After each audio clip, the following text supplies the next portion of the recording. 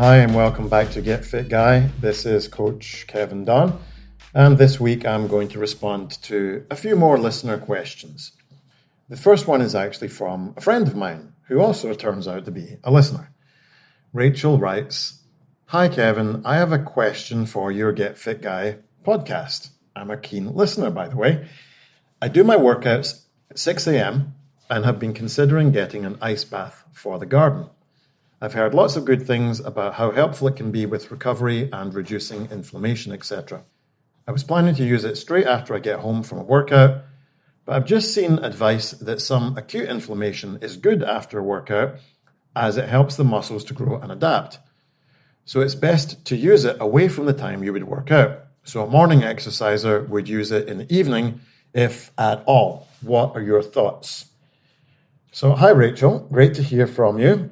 I remember when we met, it was at a little gym in the West End of Glasgow in Scotland called ClanFit back in 2015.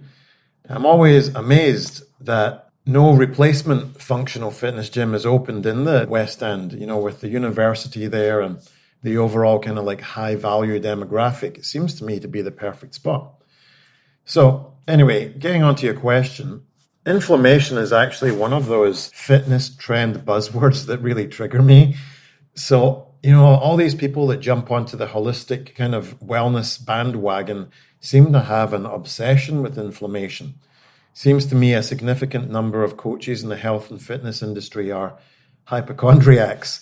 There's foods you have to avoid due to inflammation, environmental factors you have to avoid due to inflammation, times of the day you need to do things to avoid inflammation. And the bit that really cracks me up is that, on one hand, they'll cite studies and take things to the nth degree when it comes to backing up their claims, but are also happy to shun studies and science when they don't confirm their narrative. For the benefit of all listeners, let's first of all define post-exertional inflammation. And I think the first thing we have to recognize is that inflammation is completely natural. It's how your body heals itself. I first came across the idea about inflammation and how it could be good for you when I had knee surgery, right? Because the surgeon prescribed certain classifications of analgesics whilst making it very clear to me to avoid NSAIDs, which are non-steroidal anti-inflammatory drugs. These drugs include ibuprofen. American listeners may be more familiar with it being called Advil. This class of drugs purposefully decreases inflammation. The problem with that is that it kind of delays healing, because inflammation here is healing and protective. It's healing because white blood cells and other fluids are rushing to the area to repair and heal things, as well as taking away waste products and metabolites. And the swelling itself protects you because it restricts movement around that injured area, which protects you from injuring it further. And a little anecdote for you. In 2011, I had left knee pain just below my kneecap. I went to see a doctor, did an MRI, said I had a tear in my patellar tendon, a couple of millimeters in length. Then gave me a cortisone injection into my tendon to purposely reduce the inflammation and the pain. A couple of days later, I was completely pain-free and had full range of motion. So I went to town on my training. 2 months later, I could hardly walk. I went back for another MRI, and now the tear in my tendon was a couple of centimeters in length, and I needed surgery. Now, the reduced inflammation had allowed me to move myself into non-healing ranges of motion and intensity, causing bigger damage. And similar things happen physiologically after you train as after you're injured, but obviously on a smaller scale. And as I've chatted about many times in this podcast, training itself is a process of accumulating stressful experiences to which you then adapt. And this stress is typically muscular damage. This is then repaired, and the result is stronger muscles. In fact, after training, when athletes have blood work done, they typically have hallmarks of inflammation that we would expect to see in someone who's sick or wounded. These are biomarkers, as we call them, including things like HSCRP, which is high-sensitive C-reactive protein. There's creatine, white blood cells. And these are all part of an immune system response. And this kind of constant on and off of the immune system is one reason why active individuals who train frequently are healthier, or at least have healthier immune responses. And it's because their immune systems are efficient, because they're being trained to have an immune response to acute post-exertional inflammation several times a week. So when it comes to protocols like ice baths, cryotherapy, drinking tart cherry juice, and other anti-inflammatory interventions, kind of find ourselves stuck in the same conundrum that I've covered many times on this podcast. Individualization is really only the way forwards. This has its own problems though, right? Because recently I watched a documentary about a multimillionaire called Brian Johnson, not the lead singer of AC/DC, but an American businessman who spends $2 million a year on having his own in-house, as in his house, his home, medical center and laboratory. Every morning he has his bloods taken by his own private medical team, and that helps him to decide how long he's going to train, what type of training he'll do, if he's going to train at all, how long to recover, what supplementation to take every single day. This sounds absolutely ridiculous, and it is, but it's also correct. If you've kind of undertrained yourself, you don't really need to plunge yourself into an ice bath to recover, because what are you recovering from? But likewise, if you're in the Goldilocks zone of your training, then your immune response is kind of matching the damage you've done. And you don't need to be doing ice baths to recover from that either, because you're doing it naturally. You probably only really need a kind of acute intervention like that if your biomarkers are on the really high end. And if you aren't checking the levels in your blood, how would you know? I mean, we can't just prescribe a therapeutic intervention for everyone because we don't know if it's needed or not, right? And so that no one gets their panties in a bunch, I do know that inflammation is a very broad topic and it can happen in many different ways. It's not just post-exertional inflammation, but that's what we're talking about today. And of course, many people could be chronically inflamed. Again, we're not talking about that right now, but they could be suffering from immune system compromise due to always being in a very sympathetic state in their nervous system, which is kind of flight, fight, freeze. And absolutely, if you have a high stress job, if you struggle to get to sleep, you have maybe less than optimal levels of micronutrients coming into your diet, you have a lot of anxiety, and then on top of that, you hit it hard in the gym, this would be very detrimental and cause high levels of inflammation chronically that we would want to deal with.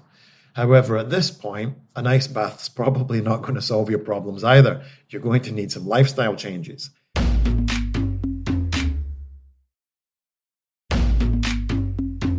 So, do I think you should get an ice bath for your garden? Well, if you enjoy them, then why not? Will it impede your recovery in the period of acute post-exertional inflammation? Yes. Do most people need to worry about that? No. If you prioritize stress reduction, sleep better, eat better, get sunlight into your eyes and on your skin, this will do a lot more for you than any kind of inflammatory intervention that we might have on top of that. There are benefits to, your mental health, cardiovascular health of both being hypo and hyperthermic. So ice baths, cryotherapy, hot saunas, hot tubs are all great for that kind of stuff as well. So I hope that helps in some way, Rachel. Thank you for emailing. Thank you for messaging me. On to a listener email now. Hi, Kevin. I've been enjoying your pod and recommending it to friends and colleagues. Is that what a podcast is called? A pod? I have a podcast. I never knew that. Okay. Love the practical, smart fitness advice and also your use of blasting dumb ideas with classic philosophical thinking. Me too. I love doing that. I'd love to know more about your process for training. I'd love to build some good knowledge and practice up. I'm a mom, work full-time, so I also don't want the mistakes of wasting training time with ineffective techniques or starting overly ambitious training, burning out, or failing to meet goals. Yep, persistence conditions are very important. I want to build sustainable change.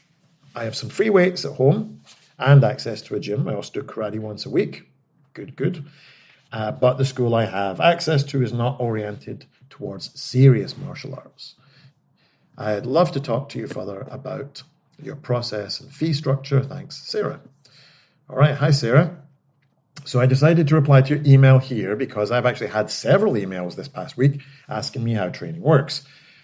I also note that in spite of being a regular listener, you actually breached rule number 1 of sending me an email by not saying where you come from. So I'm just going to create my own narrative. Sarah, who is an anthropologist from the banks of Lake Erie, emailed in asking a training question. So the process for training with me is pretty simple and should be the process that any good coach would follow, really. And if you're a coach listening, let me know if you do similar. If not, what do you do differently? So first of all, I have a Zoom call with all potential trainees. This allows me to ask questions like, what's your training motivations? What's your training history, injuries, and other limitations? Where would you train? How many days a week would you train? What time of day would you train? What kind of equipment do you have access to? What's your training goal? What type of training do you enjoy? What type of training do you hate? After all of that, we then do some movement assessments. So I'll send trainees out work to do, and they'll perform and film themselves doing sort of foundational movements. Things like a plank hold, a hollow hold, some rotational work or anti-rotational work, unloaded squats, rear foot elevated Romanian deadlifts, a pull-up or a ring row, some kind of pulling movement, a pushing movement. This allows me to see any limitations, glaring problems, massive imbalances. And then we also test capacity, right? Like, what's your aerobic capacity? What's your capacity to do shorter, more explosive work? What's your absolute strength look like right now? And so on. Then we do a follow-up Zoom to discuss these findings, and then just to run over what I would suggest we work on for the first training cycle and see if you agree. Trainees will then upload videos every single day to an app that I use, which also delivers the workouts. And each week I give feedback on the videos. Trainees reflect and give me feedback on how they felt things went that week. And then I can adjust the program design to reflect that week on week as things move forward. If anyone listening is interested in coaching, that's the process. If not, then of course there are many great coaches out there doing similar work. Or you can find great programs to follow online if you have really good intrinsic motivation and a great awareness of your own body and movement patterns and how to fix things that go awry and so on. But that's what I would be looking for myself in a coach, and that's why I do things that way. Always seek out someone who will want to honor your individuality. So if you have a question, an email, just want to say hi to me, send me some, moderate abuse, then email me at getfitguy@quickanddirtytips.com, and you too could be featured on the show. Don't forget to share this podcast with your friends, colleagues, and enemies. Get Fit Guy is a Quick and Dirty Tips podcast. Thanks to the team at Quick and Dirty Tips, Morgan Christensen, Holly Hutchings, Davina Tomlin, Cameron Lacey, and our director of podcasts, Brennan Getges. I'm your host, Kevin Don. If you have a question for me, leave me a voicemail at 510-353-3104 or send me an email at getfitguy@quickanddirtytips.com. For more information about the show, visit quickanddirtytips.com or check out the show notes in your podcast app.